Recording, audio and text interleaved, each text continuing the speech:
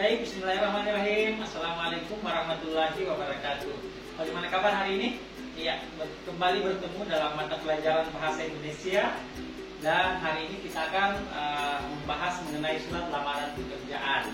Nah, sebelum kita melanjutkan, mungkin saja pernah Anda dengar rekan atau kerabat yang tidak lolos dalam seleksi penerimaan calon tenaga kerja karena mungkin saja terjadi kekeliruan pada penulisan surat lamaran pekerjaan. Nah, olehnya itu kita akan membahas materi ini ya.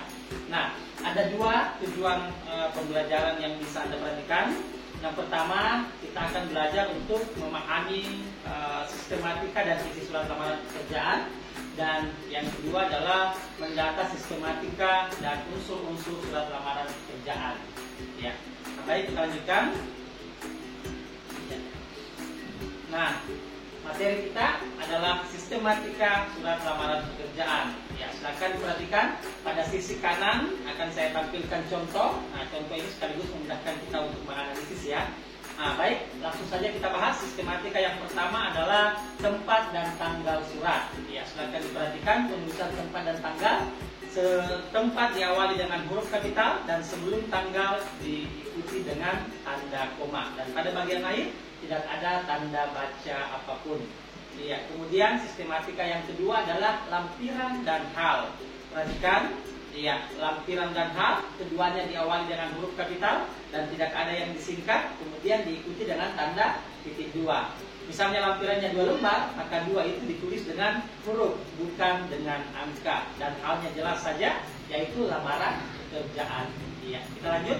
Sistematika yang ketiga yaitu alamat surat. Ya, perhatikan penulisan alamat surat. Yang terhormat boleh disingkat, tetapi ketika Anda singkat dengan YTH, maka diawali dengan huruf kapital Y dan diikuti dengan tanda titik. Kemudian PT Asijaya, antara PT dengan nama perusahaannya tidak diikuti dengan tanda baca apapun. Kemudian jalan, penulisan jalan, boleh Anda perhatikan, jangan disingkat dengan JL atau JLN, ditulis dengan lengkap ya. Itulah struktur yang ketiga. Kemudian yang keempat adalah salam pembuka. Yang lazim digunakan adalah dengan hormat.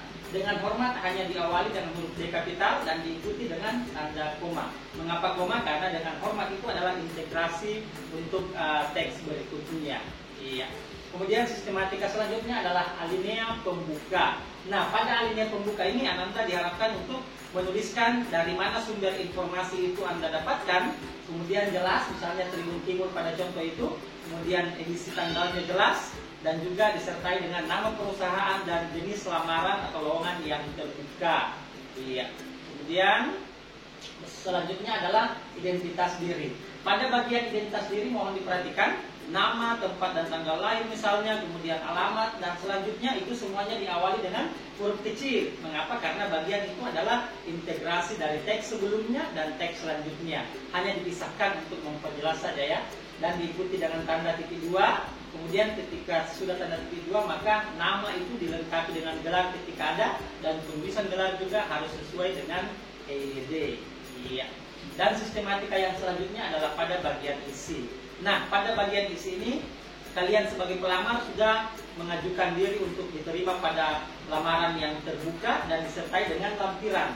Mengapa yang tertulis di situ hanya 2? Karena pada bagian lampiran di bagian awal tadi tertulis 2 lembar. Ketika dia lampirannya sampai 3, 4, atau 5, maka pada bagian lampiran juga harus tertulis sesuai dengan jumlahnya. Dan poin-poin pada isi ini juga terdiri atas 5 misalnya. Ya. Kemudian sistematika selanjutnya adalah bagian penutup. Nah, pada bagian penutup ini Anda mohon diperhatikan, bunyinya hanya 2 kalimat saja. Demikianlah surat lamaran ini saya ajukan, titik. Atas perhatian Bapak, harus diperjelas Bapak, kemudian Ibu garis miring, kemudian diikuti koma. Saya mengucapkan terima kasih. Dan ingat, kata terima kasih tidak ditulis serangkai, tapi dia dipenggal dan diikuti dengan tanda titik. Iya. Dan pada bagian akhir adalah nama dan tanda tangan pengirim. Iya, nama dan tanda tangan pengirim pada ditulis hormat saya, hanya H pada kata hormat yang diawali dengan huruf kapital, diikuti dengan koma, dan nama kerang Anda juga ditulis kembali sesuai dengan identitas yang Anda tuliskan sebelumnya. Baik, itulah sistematika surat lamaran pekerjaan. Iya, dan selanjutnya untuk menguji pemahaman kita akan membahas beberapa soal ya. Iya. Nah, Kita perhatikan soal yang pertama. Ya, di sini ada tertulis demikianlah surat lamaran saya. Berarti bagian itu penutup. Tapi bagian penutup tersebut keliru. Kita diinginkan untuk memperbaikinya. Perhatikan bagian A. Nah, pada bagian A, demikianlah surat lamaran saya, titik. Atas perhatian Bapak Ibu, saya mengucapkan terima kasih. Berbedakah dengan penjelasan yang tadi? Oke, sudah sama. Berarti jawabannya yang tepat adalah A. Kita perhatikan mengapa B salah atau mengapa B keliru. Iya, ternyata di situ ada perhatiannya. Berarti tidak jelas rujukannya ya, harus jelas Bapak atau Ibu. Iya. Nah, kemudian sampaikan. Surat itu tertulis berarti tidak disampaikan. Iya, sebesar-besarnya terima kasih tidak perlu diikuti dengan sebesar-besarnya karena terima kasih tidak bisa kita hitung. Berarti bagian D keliru. Dan selanjutnya bagian C, dengan kesungguhan untuk dapat diterima. Setiap kita melamar pekerjaan, Ananda, berarti kita bersungguh-sungguh untuk diterima. Tidak perlu kita tulis pada surat lamaran tersebut. Berarti bagian C juga keliru. Dan selanjutnya bagian D mohon diperhatikan, diterimanya lamaran ini. Bukan lamaran itu yang penting, tetapi kita sebagai pelamar yang diharapkan untuk diterima. Berarti bagian D juga tidak tepat.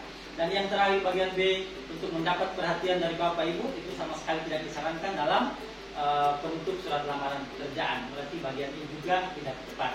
Ya, kita lanjut ke soal yang kedua. Soal yang kedua. Perhatikan. Pada soal yang kedua yang diinginkan adalah perbaikan atas identitas. Tadi sudah kita bahas ya.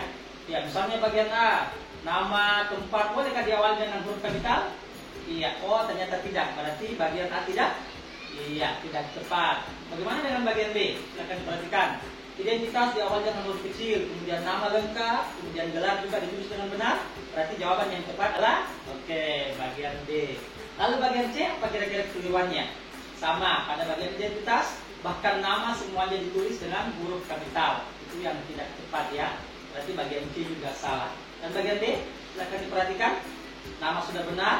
Iya, awal ternyata iya, Jakarta kemudian tanggal 28 itu harusnya ada tanda baca koma di situ ya. Iya, kemudian sebelum Jakarta Pusat ada alamat diantaranya juga dengan tanda koma, berarti D salah. Dan bagian E sama, gelar SE harus ditulis dengan tepat, S titik E kemudian titik. Iya, berarti bagian E juga salah. Oke, kita lanjut ke soal yang ketiga atau soal yang terakhir. Nah, soal yang ketiga yang diminta adalah penulisan alamat. Perhatikan pada soal ini. Bagian A, YTH. Apa kekeliruannya kira-kira di situ YTH? Oh iya benar, ternyata YTH harusnya diikuti dengan tanda titik. Iya, kemudian jalan tidak boleh disingkat ya. Berarti bagian A keliru atau salah. Bagian B seperti apa? Jalan sudah benar. Kemudian Makassar, sebelum kota Makassar ada koma. YTH diikuti dengan titik. Oke, berarti jawaban yang tepat bagian B. C. Oke, kekeliruannya adalah antara PT dengan nama tadi sudah kita bahas. Tidak boleh ada tanda baca. Berarti C juga salah. Bagaimana dengan D? Oke. Nah, tadi sudah dibahas bahwa tidak perlu ada kata kepada. Mengapa? Karena ini sudah berada pada surat lamaran. Kepada itu boleh digunakan ketika bagian luar atau amplop surat lamaran pekerjaan tersebut. PT sama dengan tadi pembahasan pada bagian C.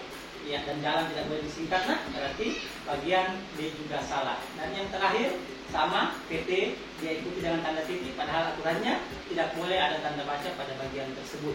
Berarti bagian E juga salah. Iya.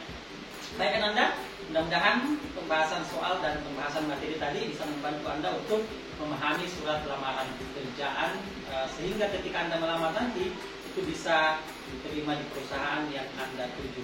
Terima kasih. Assalamualaikum warahmatullahi wabarakatuh. Iya.